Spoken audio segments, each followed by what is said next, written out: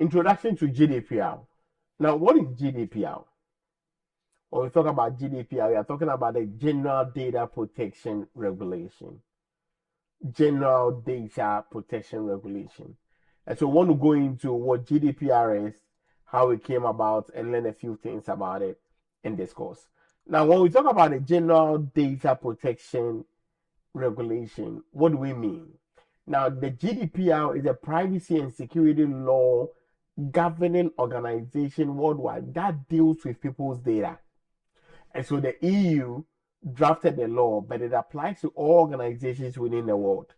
Now, I will not say the EU, it's the EU and the UK. Why? Because now we have GDPR UK and GDPR EU, all because of the Brexit that actually happened. So please don't forget about it. Now, let's talk about the data protection law. Now, we talk about the data protection law. There are two main types. There are directives and there are regulations. Now, the directives require individual implementation in each member state. You need to be able to implement by the creation of national laws, which have been approved by the various parliaments. And so when you come over here, it talks about the UK Data Protection Act 1998, and that is the UK implementation of DPD. Data Protection Directives.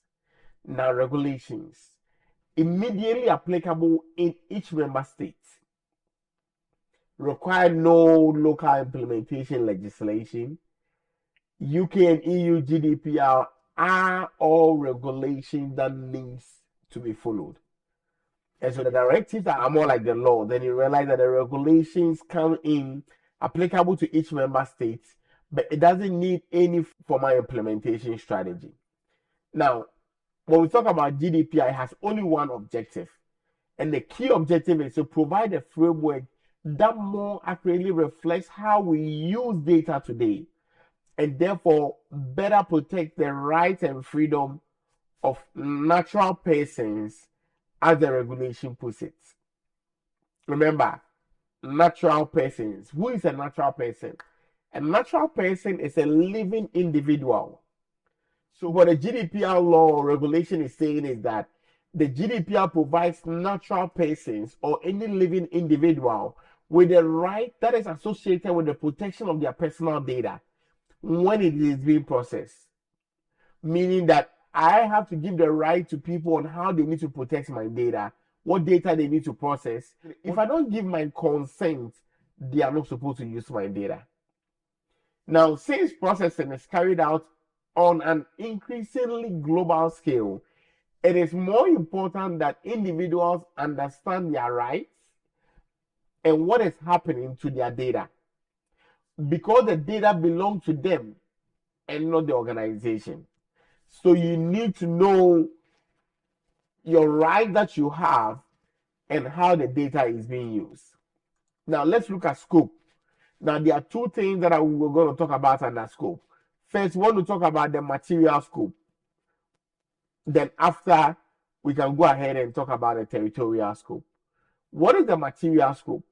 Now, under material scope, we say that personal data is processed wholly or partly by automated means. We are saying that personal data is part of a filing system or intended to be part of a filing system.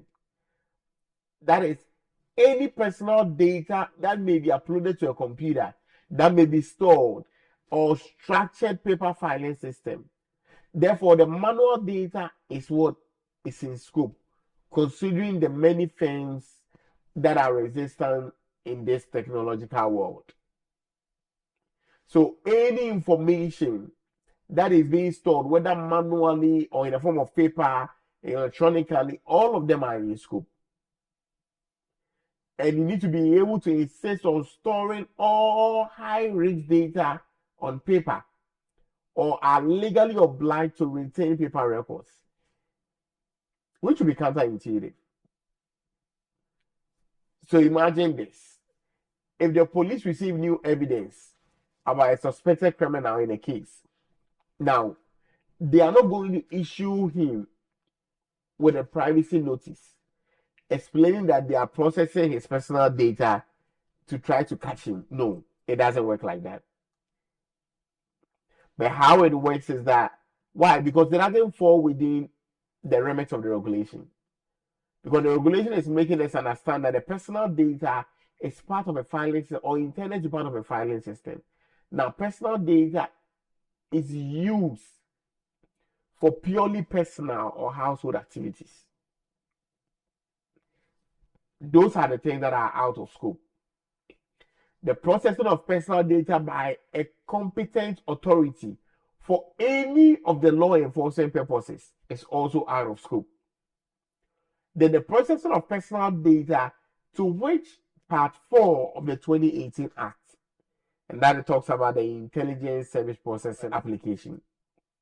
So there are three things that are out of scope for the material scope. The first is that the personal data is used for purely personal or household activities. Things I'm doing in my house is personal.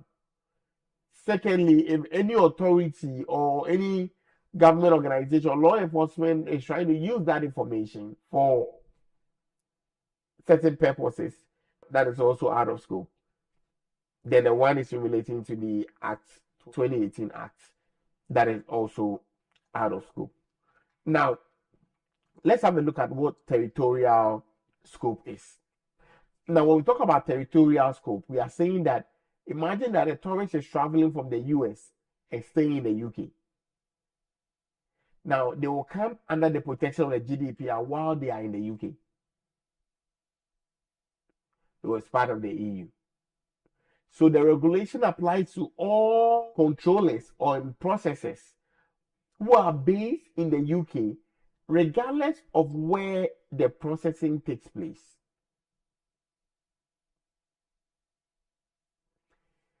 So in addition, we are saying that the regulation applies to the relevant processing of personal data of data subjects who are in the United Kingdom by a controller or processor not established in the United Kingdom, where the processing activities are related to A, the offering of goods and services, irrespective of whether a payment of the data subject is required to such data subjects in the United Kingdom, or the monitoring of their behaviors as far as their behavior takes place within the United Kingdom.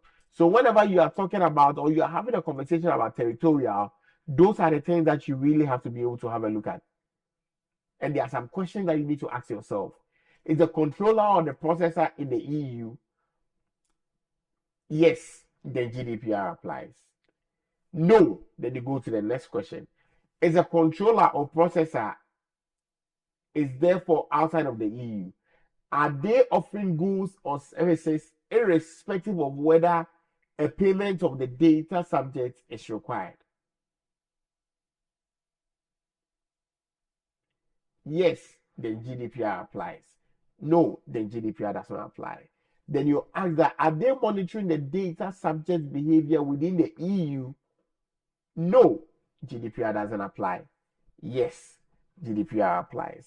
And so that is a little background about it that you need to be able to know when GDPR applies and when it doesn't apply when it comes to the territorial scope.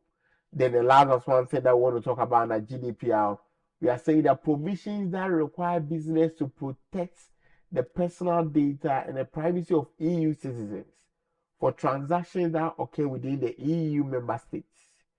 The GDPR also regulates the exportation of personal data outside of the EU.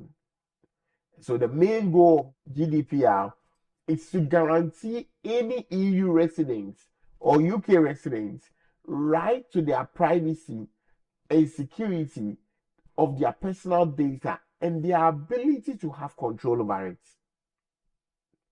No one is determining what I do with my data. I am the one that needs to determine and give that authority. Now let's go through a few terminologies and we'll be able to run up right here. Now the first terminology we want to talk about control. Controller means that natural or legal person, that public authority, that agency or other body which alone or jointly with others determines the purpose and means of the processing of the personal data. So the controller is a natural or legal person that determines the purpose and means of processing of the personal data. The processor means the natural or legal person who processes the personal data on behalf of the controller. Then, processing means any operation or set of operations which is being performed on personal data or on set of personal data, whether or not by automated means such as collection, recording, organization, adaptation, and so on and so forth. So three things. Controller. Who is the controller? Any legal person that determines the purpose and means of processing the personal information. Who is the processor? The processor is the person who is performing or who is processing the personal data on behalf of the controller. Then, what is processing? Any operation or set of operations which is performed on personal data on personal data or on set of personal data, that is being referred to as processing. And what is classified as personal data? I know we're talking about it, and so you are wondering what is classified as personal data. Now, under GDPR, here are a few examples of personal data: a picture, a name, email address, phone number, NI number, posts in social media, IP addresses. Look, all those are classified as personal data. And so GDPR states that any information that is somehow related to a person is being classified as personal data. I hope you enjoyed this class. If you want an in-depth class on GDPR, look out for our GDPR course that is coming up, and you have a better understanding of the whole GDPR framework. Thank you.